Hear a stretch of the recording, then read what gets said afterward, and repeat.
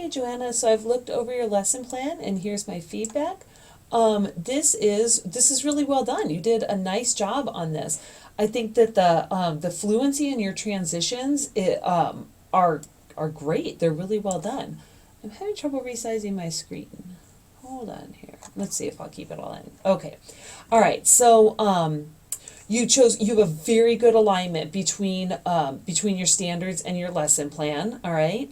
And I'm not so sure that we directly address these essential questions, but I did see an indirect addressing of them. It's just something to think about. That sometimes directly addressing the essential questions can be helpful for kids, but not always. I'll show you what I mean, okay?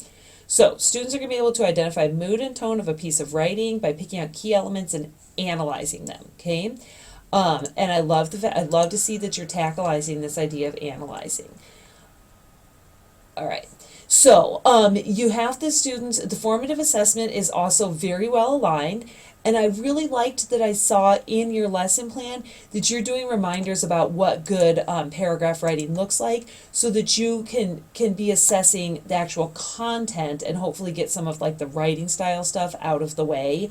And so I think that that's a really good formative assessment, and I like to see you getting them ready for that. All right. So starting off with movie clips, good, and this is the kind of stuff that you modeled in class. You already got feedback on that, and that was good. And I think very solid transition into your direct instruction, right? How we feel, how the author feels, good. Go ahead and write those definitions down. And then right in here, I just saw a little missed opportunity for a review right here.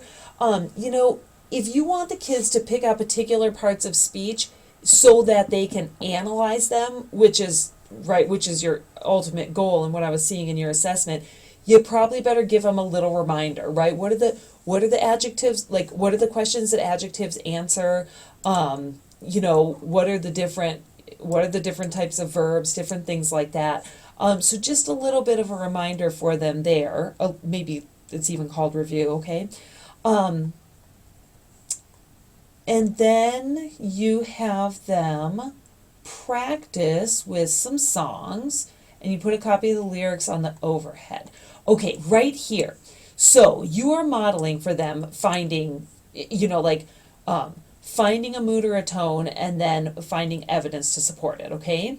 Here's one step that I saw that you were missing on here, but that you're asking for them to do in their assessment. So you have a claim and you have data, right? So here's a piece of data. I can see from the language that the speaker says keeps trying and keeps trying. So there's data. From that data, you draw your claim. It makes me feel like the song has a tone of urgency, almost like the speaker's urging people to listen and learn from what he's saying.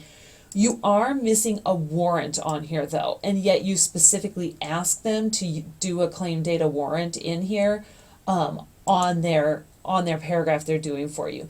So make sure that you are modeling data and claim in here, and that you're modeling warrant, and it might even be worth you really, instead of just saying, I found this, I think it means that, really talking them through the thought process.